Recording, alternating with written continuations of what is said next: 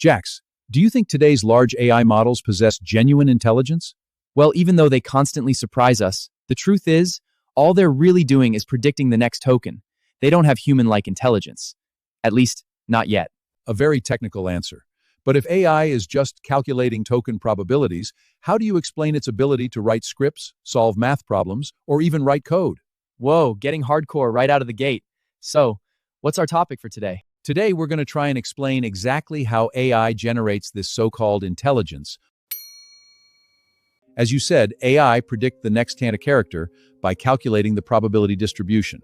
For example, if we type, "It was a dark and stormy," it calculates that the probability of the next token being night is 80%, evening is 15%, and sky is 5%. It then spits out the highest scoring word. It sounds just like a super complex predictive text keyboard on your phone. But obviously, AI can handle tasks way more complex than a smart keyboard.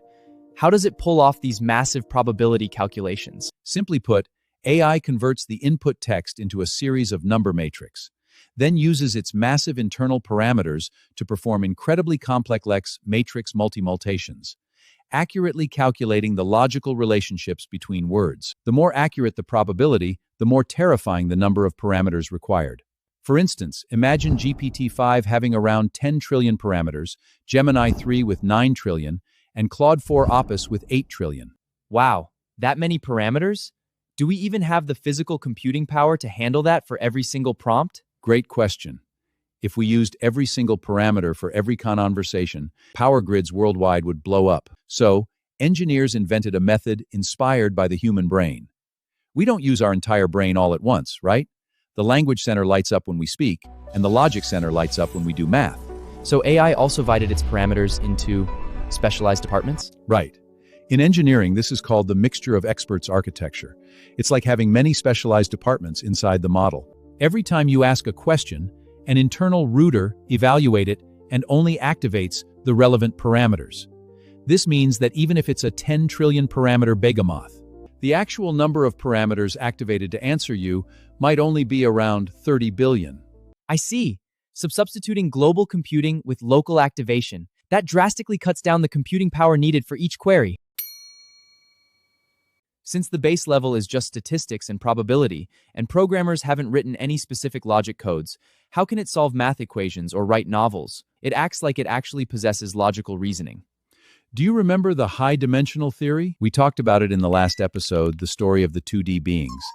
Imagine that human language is actually a projection of higher-dimensional information into our 3D world.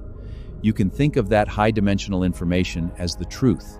All our training data, our corpus, is just describing that higher dimensional truth from different angles. So how can we, from a lower dimensional world, grasp or reconstruct that high dimensional truth? By collecting as many projections as possible, which is our training data. Then, setting massive amounts of parameters and using brute force matrix calculations to reconstruct the true meaning of these tokens in that high dimensional space. Brilliant. The explosion in computing power birthed AI's predictive capabilities. Because of the exponential leap in hardware, we can use this purely brute force mathematical approach to capture those hidden, high-dimensional correlations within massive databases. This predictive power exceeds human imagination, giving us the illusion that AI possesses genuine intelligence. So what exactly is its reasoning ability? When statistical strong correlation reaches its absolute limit, it infinitely approaches causality. 200 years ago, David Hume said that what humans perceive as causality is nothing more than a habitual association formed by two events occurring together frequently. However, approaching it is not the same as being it. Turing Award winner Judea Parma countered this perfectly. A rooster crowing has a 100% correlation with the sunrise, but the rooster doesn't wake the sun. Without truly perceiving and interacting with the physical world, pure data fitting will never cross the red line into true causality. Theoretical debates are for philosophers. As long as the probability-fitted output can write code, draft documents, and complete our tasks, whether there's true causality inside is irrelevant. Being useful is what matters. If AI's reasoning comes from calculating probabilities, where does its creativity come from? Do those moments of inspiration actually exist in AI's code? Let's go back to our first example. When we input, "It was a dark and stormy," it calculates night as the most probable next token. Logically, AI should always pick the highest probability word. In the industry, This is called greedy decoding. Counterintuitively, if we actually do that, the AI becomes incredibly dull and just repeats boring nonsense. If picking the right answer makes it dull, how do we give it creativity? That's where a parameter called temperature comes in. Engineers embedded a random number into the probability calculations. It forces the model to occasionally ditch the standard high-score answer and pick a lower probability word. Is it kind of like telling a deliberate lie? Like, yesterday I was home playing video games, but when my girlfriend asked what I did, influenced by a random number, I spontaneously blustered out, I was at the library. AI are auto-regressive, meaning the word it just spit out instantly becomes a known condition for the next step. Once the lie begins, to make the following text sound reasonable, the model has to invoke its massive parameters and flawless logic to keep making things up, like what book I was reading, or who I was with. So, AI creativity is basically AI using its reasoning to cover up a mistake caused by a random number. Interesting. That analogy is spot on. You should try using it on your girlfriend next time. But Professor, we discussed before that computers fundamentally use pseudo-random number generators.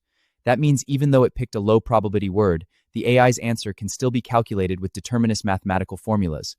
That's fundamentally different from a human's true flash of inspiration, right? Correct. Human inspiration cannot be calculated. As long as I know the initial seed and the pseudo-random formula, I can predict with 100% certainty exactly when it will lie and how it will cover it up. It looks free and wildly imaginative, but it's entirely confined within a preset framework. It has never truly stepped outside the boundaries of historical data. That true sense of creativity never actually appeared. But Professor, what if we introduce quantum state collapse as a hardware-level true random number source to replace the algorithmic pseudo-random numbers? Could AI then break free from this physical determinism and possess real intelligence? If we did that, it would indeed allow AI to completely escape the confines of determinism. When that happens, no one in the world would ever be able to predict its answers again. This is currently one of the most cutting-edge research topics. But is humanity truly ready to open this Pandora's box?